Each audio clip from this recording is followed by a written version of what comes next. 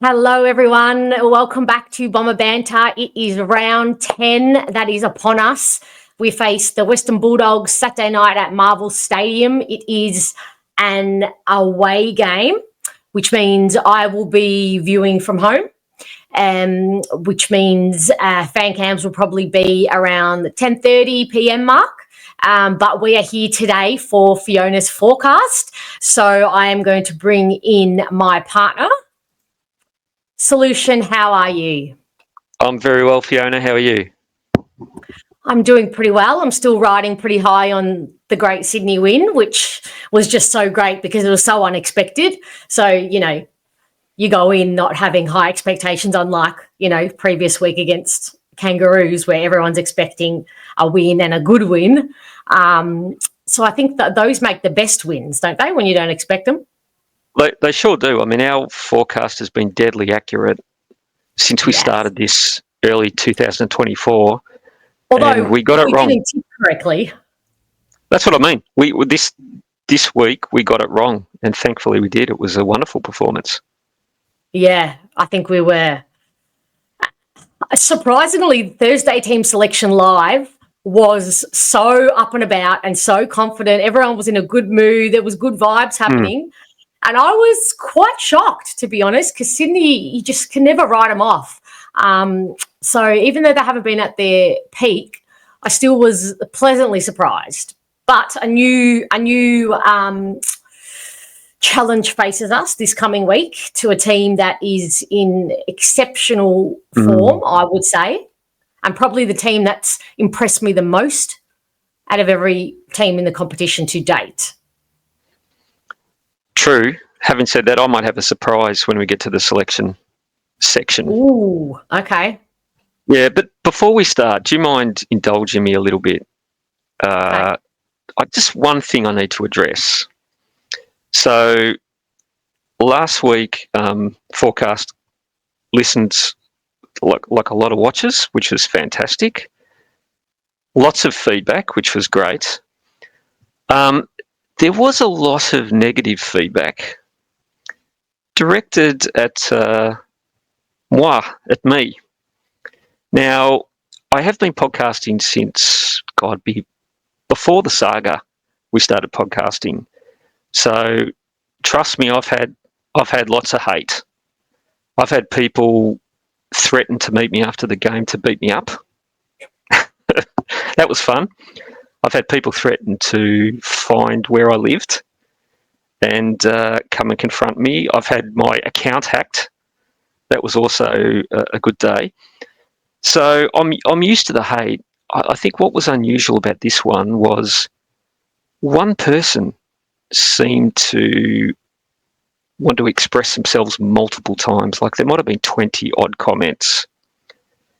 So in a 53-minute stream, they averaged like a negative comment every 2.5 minutes. And it went everything from, I've got no idea, which, hey, are you new around here? Because I've openly said I've got no idea.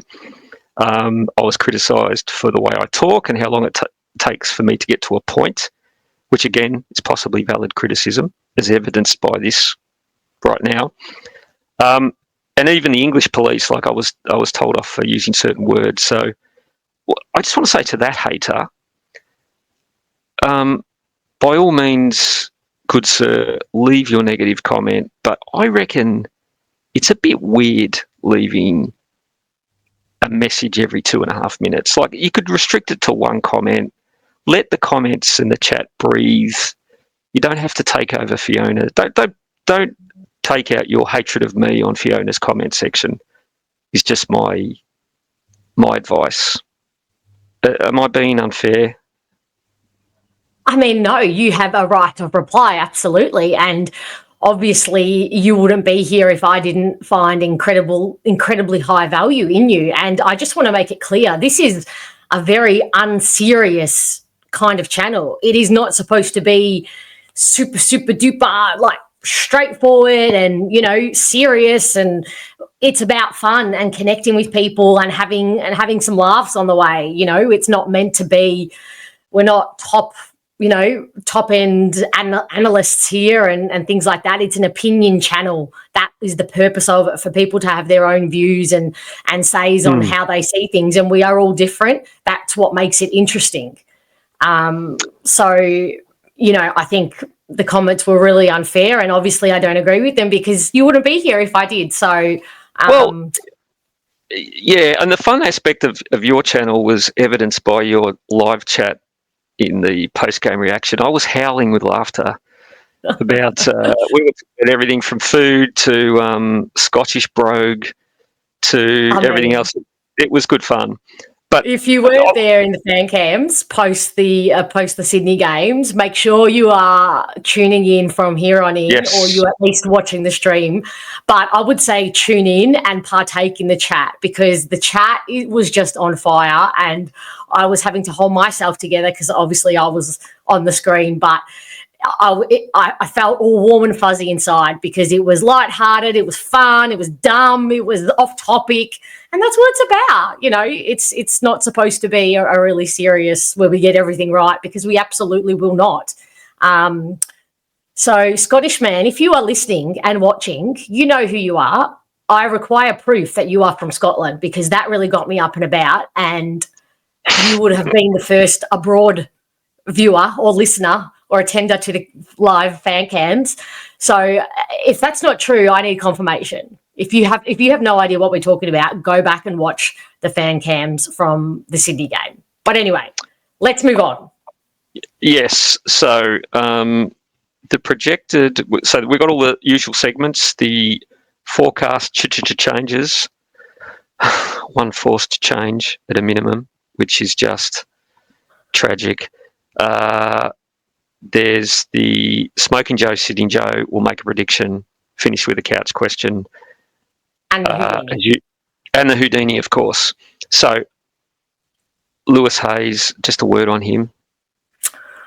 I mean, just such bad luck. There is no other way to put it. I posed it to the fan cams, the chat Saturday night, as if someone suggested possibly it's the staff, it's the ground, it's the fitness staff, or the ground that we train on, play on. My gut just says this is just such bad luck. And maybe there's on the other side of it, there's a diamond. Maybe on the other side, it means we're going to recruit a really incredibly talented ruckman in the mid-season draft and an incredibly like-for-like Ridley type player in the mid-season draft. That's how I'm looking at it. I'm choosing to look at it the fact that they're all happening now, pre-28th of May, so we can get our shit in order. That is definitely glass half full. Have to. Agreed. Too sad. Yeah. What do you think's going to happen this week?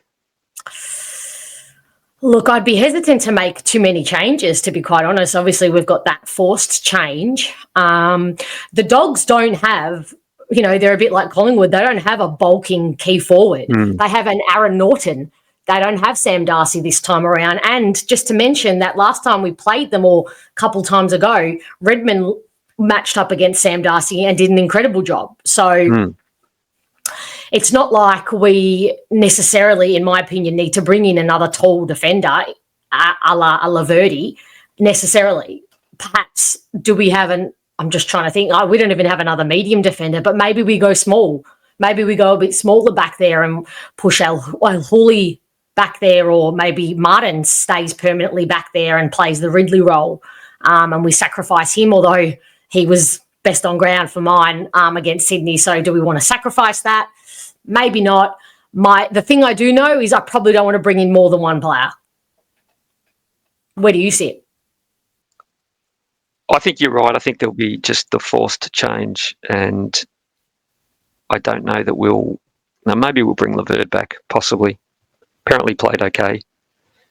But yeah, I don't know that there'll be anything else. Yeah, I mean, be hesitant. You can't drop anyone, can you? Sorry, what was that? You wouldn't drop anybody. No.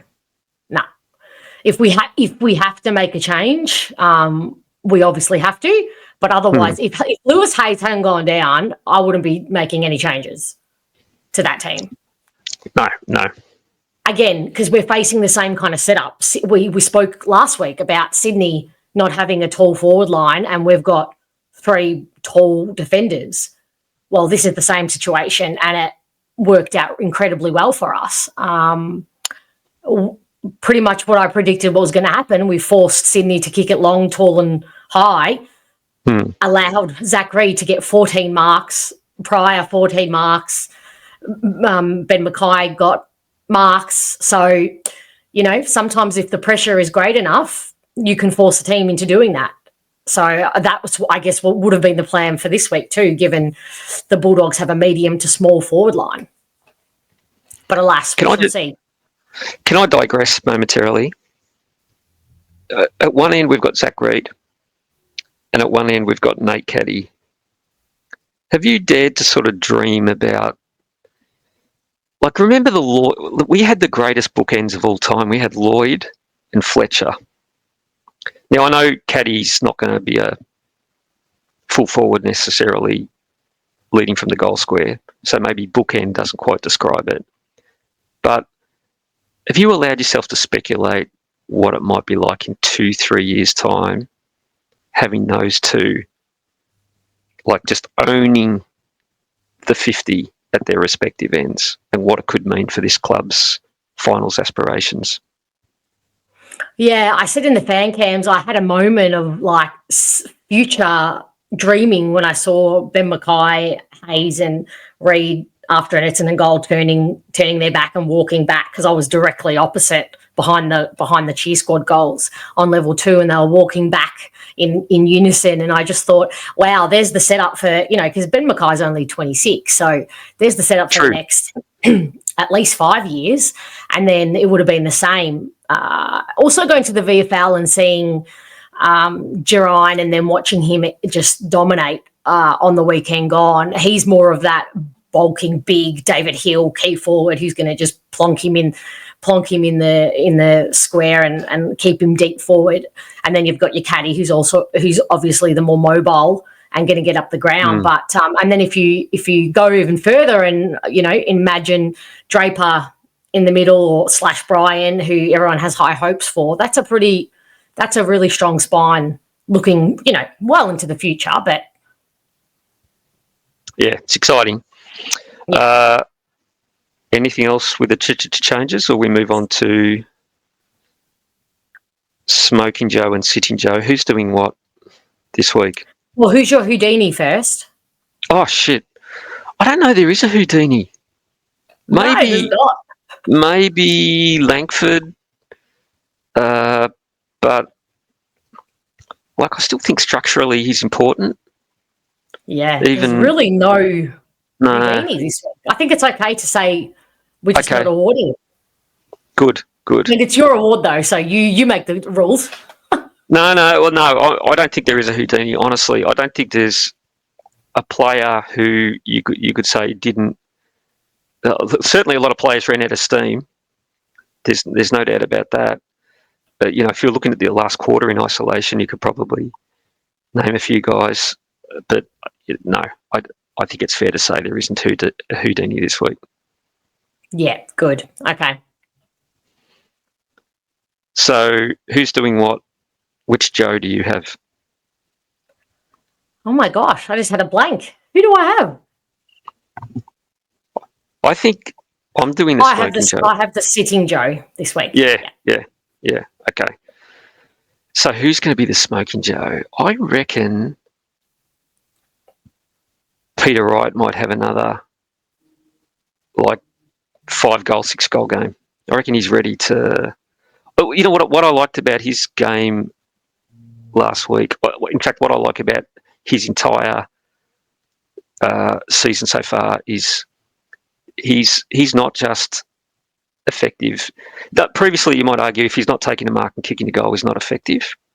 And he had a lot of criticisms last year about his inability below the knees to impact the game in other ways other than take a mark and kick a goal. He's impacting the game even when he's not doing those two things. But I reckon he's ready to have a really good game. So I'm going to go Peter Wright. Yeah, I mean, he can no longer be judged on how many goals he kicks, because it's okay that the goal scoring is spread across mids, medium forwards and small forwards. That's okay.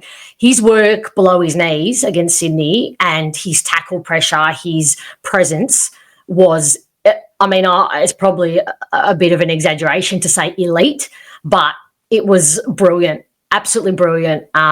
His tackle to get Archie Wicks his goal was such a great moment to see your big man surrounded by smalls and mediums, and your big man's the one who's doing the tackle. It was, I think he's got his mojo back. He's standing tall and in confidence, and he's not shying away from contests. He was manned up. He had double teamed the whole game and maybe only got outmarked once. Otherwise, he brought the ball to ground or punched it away. So, yeah, good call. And let's hope that he can. Sitting Joe. Okay. I'm going to give the Sitting Joe to Calders. Really? Yeah. I thought he was very scrappy. I mean, he was at his pressure best, and his effort was, we all know he's at a 11, all the time. But I think he might just take another week to really find his straps and it was a really hot in and under game for him, and I think he'll take another week, so he might just be below his best again. Okay. Question for you: do you think they'll pay close attention to Nick Martin? I think they'd be stupid not to, right? He was the thing about Nick Martin, and especially, and this is probably I am guilty of doing this, but we whinge about him not being in the forward line or the midfield much, or head of the ball. Really, that's the argument. But him having gotten so much experience playing in the back line and on the wing is allowing him now just to dominate and move himself in any position that's needed. He sparked kind of that switch in momentum at the end of the third. He laid an incredibly great holding the ball tackle in the back line to then get the ball up the other end of the ground for the Kako goal. So I think we're seeing the fruits of the labour of him being put in the back line and on a wing defensive. I think it's just taken his game to another level, and maybe we were all sitting back with our blinkers on, and Brad Scott was kind of sitting there with his eyes wide open and the bigger picture, because it was a complete game from him. He excelled in every single part of the ground against Sydney. When he went back, forward, his kicking, his disposal he had a few off ones, but it was back to, his dominating best. They'd be silly not to put, but this is what I was, getting off track. But the point I was saying is, but then who do you send to him? Do you either send a player who follows him all over the ground, meaning you have to have a player who's good all over the ground, because we saw with Zach Merritt, it's all well and good to put Jordan on him, the tagger, but doesn't have an incredibly good forward craft as a tagger. So when Merritt went forward, they dropped the tag, and Merritt was on rampy and dominated. So you have to have the player. Maybe Riley West is that player. I really rate him. Usually he plays, he probably has that in him. He's quite fit. Could probably go with Martin, but Martin's also exceptionally fit.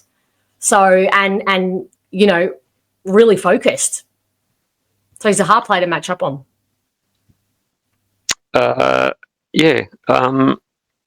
Because he's the one, if I was giving the Sitting Joe, I might have gone for him just because I think he might get really, really close attention. But to your point, there you go. But then even like after the game Andy McGrath they probably have to put time into Andy McGrath, because they clearly did what you thought. You've said it all along. For people who say he doesn't know what he's thinking about, well, Solution nailed it. He said many, many podcasts ago that opposition are not afraid of Andy McGrath, and Sydney showed it, because they gave him absolutely no respect, and he got off the leash many, many a times. And you just saw with that extra second of time, he was able to dispose of the ball really well, not run around in the 360, not do the overhead handball to nothing and no one, or the long bomb. So that's another layer they'll have to put time into Andy McGrath too. True. So, predictions. Now, this is a more normal time. What was the atmosphere like, by the way? It was incredible. Yeah, it was really, really loud. And 5 minutes to go, it was really empty. And I said to my mate, he said to me, there's nobody here, as if it's a sellout, because they closed off just a standing room. And then with seconds before the first bounce, it packed out. It's a great time. It was a great time. It was so loud, absolutely buzzing. Yep. That's good to know. So we're back to a more normal time. Yeah, I think it will be another really big crowd. We always do. Whose home game is it, by the way? Dogs. Dogs, isn't it? Yeah. So what are you thinking? The Dogs, as I said in the beginning, are the team I'm most impressed by this year. They are they're really giving credence to structure and effort over personnel. They've been cruelled by injury for the first 8 rounds of this year, but their depth has been tested, and they have just stood up, and they just stick to their structure, stick to their all play with extreme effort. They've blooded a couple of young players. You couldn't have faulted them if their off the field stuff from the off season impacted their game, like it has Melbourne. Their off field stuff is impacting their performance clearly. The Bulldogs had, the Bailey Smith thing, the Jamara thing. They've got a few things happening, plus all, injuries to key players, the Bont, Cody Waitman, Darcy, Treloar, important players to their structure. But I'm most impressed by them. They are clearly playing for their coach. Nobody can persuade make me. Sam Draper's comments on that podcast last year even stupider. Oh my gosh. Facts. What did he say again? I think he intimate that the coach wasn't long for this world. Not long for this world, literally, physically, but that he was on the way out and players weren't listening or something like that. Yes, you're right. Yeah, good old Sammy. Just a bad call, and as you always say, you stick to the footy. Although now he's got a bit more time on his hands, doesn't he? Yeah, that's frightening actually. But he's got some mates in rehab to help him along. He certainly is not getting lonely in rehab. None of them are getting lonely in rehab, that's for sure. Look, I think this game will be won in the centre. They have all their balls back, and all of their other players are still firing. I mean, Libba is just a machine. I don't know how he does it. He's getting on in age, and he's not like Pendlebury and Sidebottom who can go sit on a wing or half back. He's in the guts.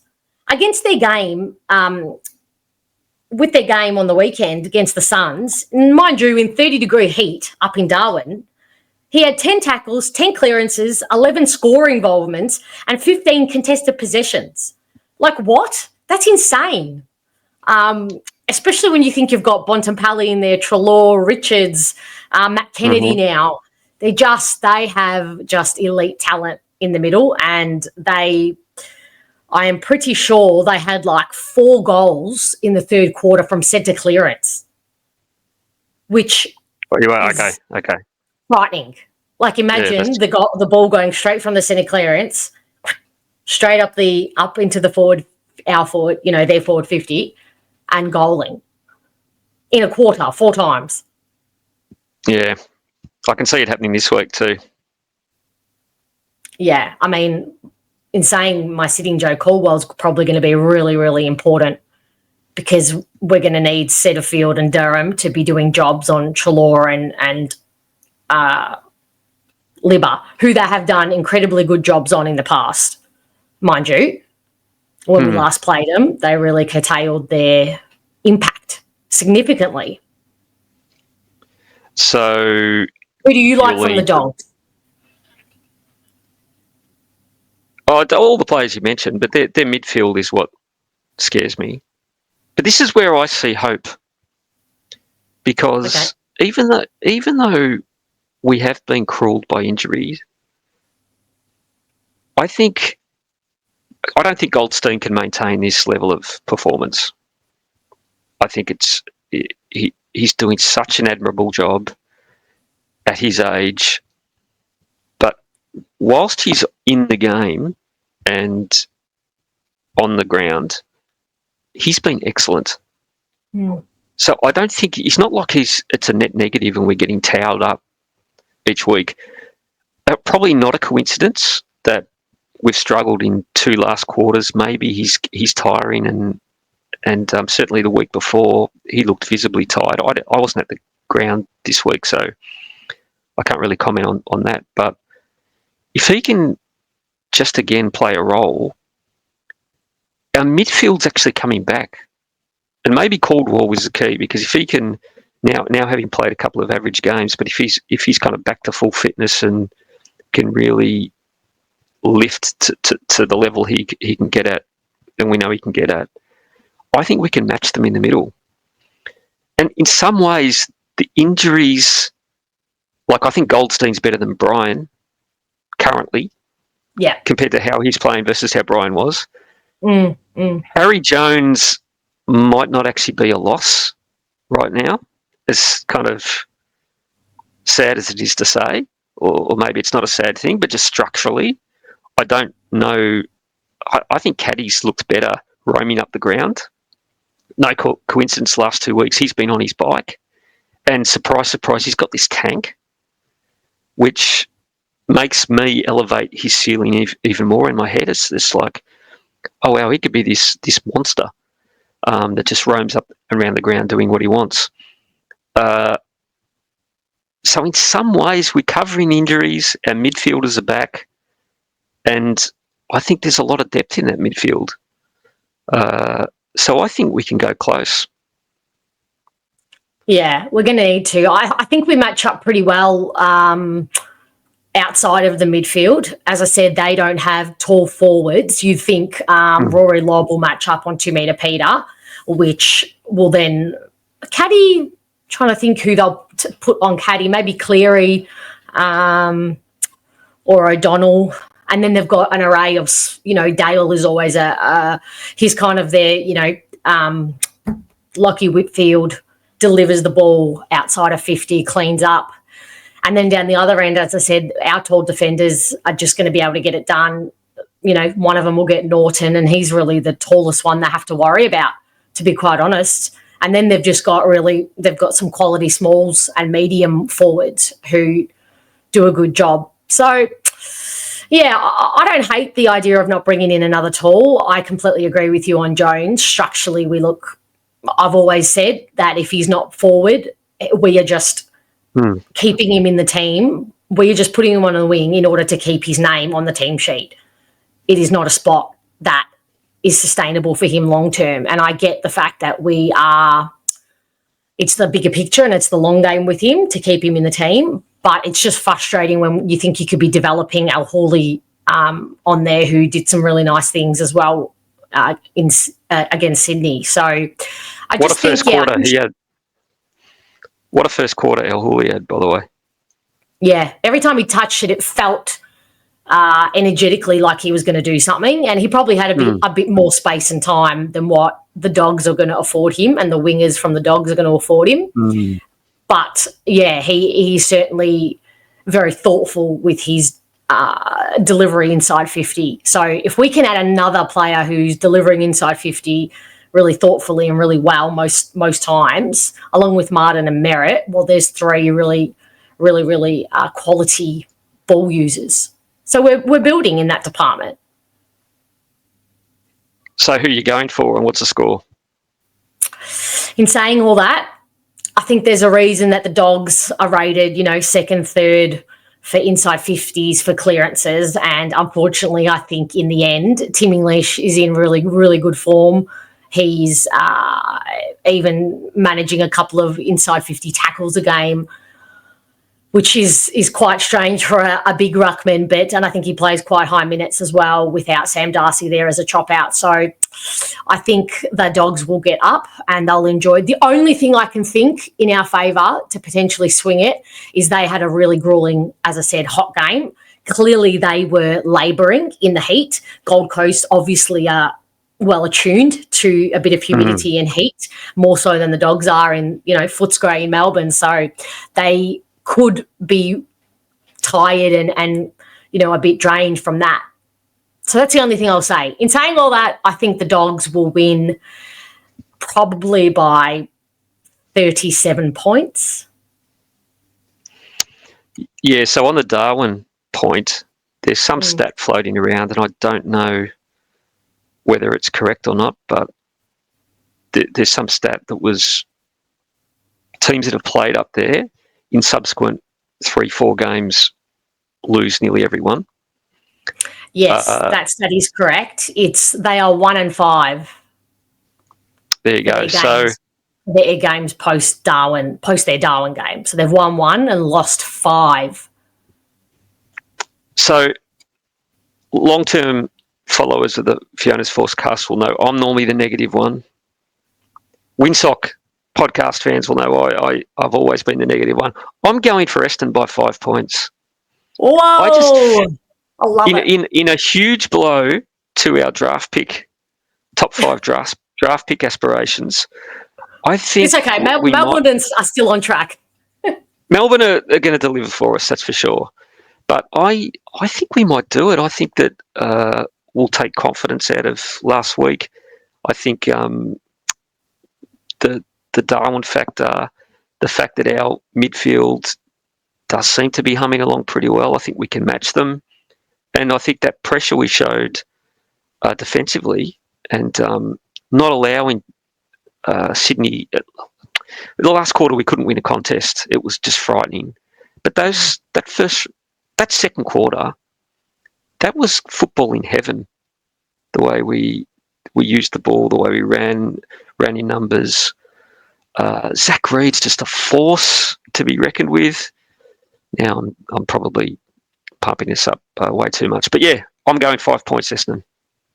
Amazing. I mean, I don't think we're going to be afforded as much defensive lack that Sydney allowed us. They were poor. You could see it from being at the ground. We were linking and like humming along, just handball after handball, and we were, transitioning beautifully. And the defenders they were running backwards essentially, trying to keep up and trying to find who's on who. So they were poor. They were not locked in defensively, and I just don't think Dogs are going to allow that to happen. But I love the fact that you've given us a chance. I certainly think if we can 50-50 the clearances and at least halve them, if Goldstein can help us do that, and our mids are really locked in on Libba particularly, and of course Bont, you're not going to keep him down because he's a champion. But if we can, if Durham and Setterfield can at least halve their impact, we do historically match up okay. And then I've given Peter Wright smoking Joe, so I think he's going to have one of those great games. So there's a few things that need to happen, but I'm confident. Bizarrely, I think our crowd obviously will be and our supporters will be definitely up and about after last week and much louder than their crowd. So there are a few factors. All right. Anything else on the game you want to say before we move to the couch? Are you going on Saturday night? Probably not. Okay. Yeah, that might be one for the pub, I think. Okay, righto. Will you go to the pub, or have you got PTSD from having beer spilt on you last time? Oh, yeah. Last time we did a pub watch, I had literally an entire, what was it? It was only a pint of beer. It was a pint, but it felt like a jug, literally, of beer. I literally had to wring out my pants because a man spilled an entire pint all over me. It had just been put onto the table and then it flipped over me. So that was not an Essendon that supporter. Game. We did. That was Melbourne. It was, yeah. No, I'll be watching from home, and yeah, we'll then be excited to get onto the fan cams straight after. Yes, well, I can't impress enough on people. Get on the fan cams. It is good fun. All right, so the couch, again, there are new listeners. The couch is where we take questions non-football related usually, and we go to our resident psychologist Fiona, who gives her opinion. Now, I'm gonna do two this week because one's a bit of a joke one. I don't know that there's much to add, but maybe you might disagree. Somebody asked the question, why is it called beauty sleep when you wake looking like arse? Why is it called beauty sleep when you wake looking like arse? I mean, I don't have the answer, and there's no advice I can give, only that, yeah, I too wake up looking like arse and definitely not like I've had any kind of beauty sleep whatsoever. So that's a great question. I don't know. I guess it's got something to do with restoring your system, giving your system and your conscious mind a chance to reset and heal and replenish. But yeah, it's certainly not beauty sleep because you don't wake up looking beautiful, do you? Do you have an answer to that? Maybe you're a bit smarter with these kind of things. Yeah, I wake up looking stunning and it just gets worse from there. So it has the opposite effect maybe. But no, I would say the answer to this is if you don't get enough sleep over time, you will look progressively worse. So it is beauty sleep, even though when you wake up and look in the mirror, you might scare yourself, as I do. Yes, certainly. Certainly, the more late nights these fan cams are forcing me to have, the more the word beauty is certainly not applicable to me. All right, you ready for another question? Yeah. This is an interesting one, a little bit potentially controversial. Mm-hmm. My daughter's school called to tell me she smells, and kids complain. She's only 9. Do you think this is out of line? My daughter's school called to tell me she smells, and kids complain. She's only 9. Do you think this is out of line? Oh. I think the out of line part would be if this little girl is getting bullied to her face about it. And this sounds to me like the kids, her classmates or whatnot, or the teacher have gone to the teacher and said it behind her back without her knowing to save her feelings, which is the appropriate way to do something like that. It's probably a little bit... Kids are cruel, though, man. Kids are cruel.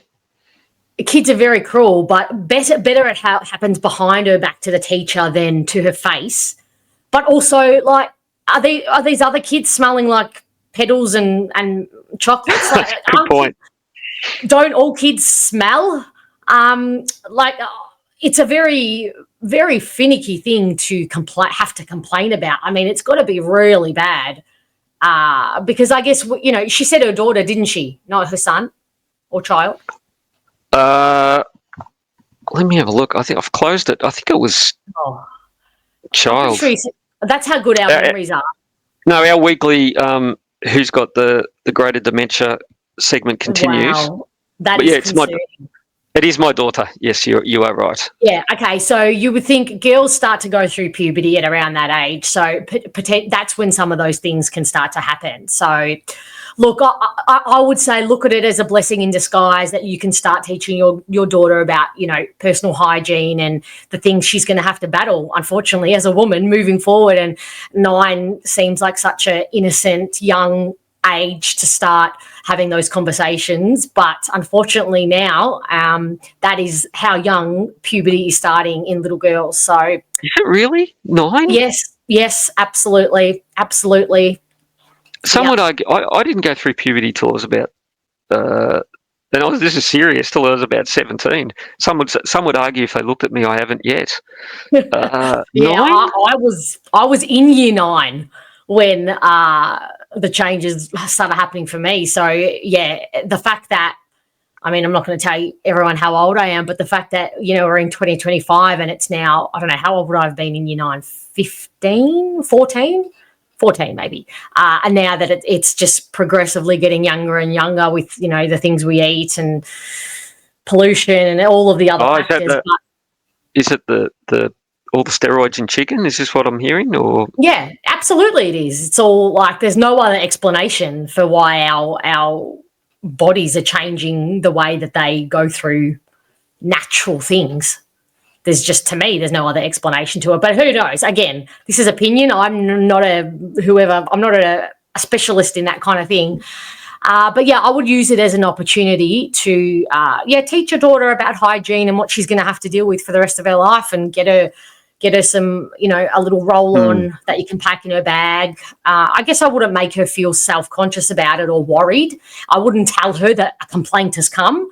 I would just say, hey, do you want to start talking, or maybe we can add a roll-on deodorant in your bag, and it's probably a good idea to start using it because, me as your mum has to use it a few times a day, and that's just what women do, and your friends are probably doing it, and you don't have to tell anybody about it, but just be, it's just something that would be good to do, and you'll feel much fresher and nicer. I guess you just point it in a way, like, don't make her worry about it, but just paint it in a way that it could be quite daunting. So just paint it as a fun thing, a fun new thing she gets to do. Like, every now and then you take her to the nail salon and get her nails done. It just sounds so like, it makes me cringe, but I'm hoping that the kids haven't said anything to her face and they've just taken it to the teacher. But I guess it goes, it's also about, like, do you remember when we had the question about or I think it was me who said there's a smelly guy at the gym, and then we had a follow-up question about it. Yeah. It's the same thing. Like, I'm so tempted to say to this guy, like, you actually making my eyes water. That is how bad the BO is. But of course I wouldn't, because it's just rude. And so I just pick up and change where I'm working out in the gym. I mean, the other thing I'd say to the parent is, particularly if maybe puberty's crept up a little bit, just give the school uniform the sniff test when they get home at night. Yeah, that's a great... Just like I do, I sniff my jocks to see if I can get another day out of them. Do the same with the uniform, and they might just be getting, because it doesn't matter how clean you are, if your uniform's a bit sweaty. That's right. It's going to smell the next day.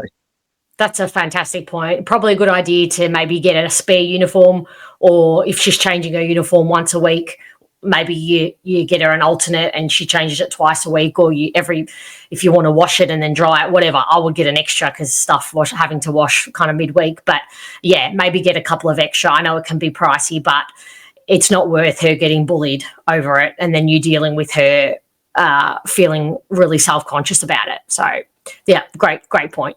Absolutely great point. So there you go. Fiona's forecast, another one in the can. Oh, that made me feel really like, a little bit pain in my stomach, thinking of these poor 9-year-old girls. What they've got to look forward to. That's right. Life is cruel. Just ask any Essendon supporter. So you may as well embrace it. I suspect they will be, given they're listening to this. And what do boys have to go through at 9 years of age and stuff? Like, what are boys worrying about? Again, I don't know that. Who knows these days? These days they're worried about where to get their next nang, probably. I don't know. It's a different. I've got young nephews who are I think they're Gen Alpha, and they're into the whole. Are you familiar with this term, brain rot? Is it literally like it says? It is. It's what's written on the tin. Yeah, they're a different generation. But anyway, that's one for another day, I think. Right. Okay. Cool. Well, thanks to everyone that listened, and I think I'm over to you to close it off, Fiona. thank you very much for another forecast solution. It's been great. I heard we had a debutante on the main pod. Is that correct? We did have Joe on the main pod. Check it out. He was very Brilliant. good too. Yeah, except he knew a little bit too much. He knew a little bit too much about footy, so we might have to limit his appearances. I mean, yeah, that would be bringing the quality up just a notch. Just a notch that you're uncomfortable with, right? It's off brand, that's for sure. Yeah, okay. All right, well, can't wait to listen to that. Thank you very much, Lucian. We will see you next week, or obviously on the chats for the fan cams and the team selection nights. Go Bombers. Bye. Okay, that is another forecast done and dusted. Again, remember, this is all light-hearted fun, not an incredibly serious football statistical analysis, more about the fun than the accuracy, I guess. You will have seen that you have a new addition to your week coming to you from Bomber Banter. That was posted last night. So once again, I apologise for the quality of that video. The internet here is showing to be quite hit and miss depending on the day and time. There is no pattern to it so far, but I am working on it. So once again, I do apologise for that, but making improvements slowly. Thank you again for all the support, and I will see you Thursday night for the live team show. It will be at 7:30. The link will be on all the socials. If you're not, I will also say, if you're not on our Instagram page, the Bomber Banter, instagrams.com/Bomber Banter, definitely jump there. We're having some absolutely great conversations and a completely different array of content that I upload there too. So new stuff. It's already a great community over there too. So I'm really enjoying meeting and chatting to new people over there. So just another fix, an Essendon fix. So, all right, I'll leave it there and I'll see you all Thursday night.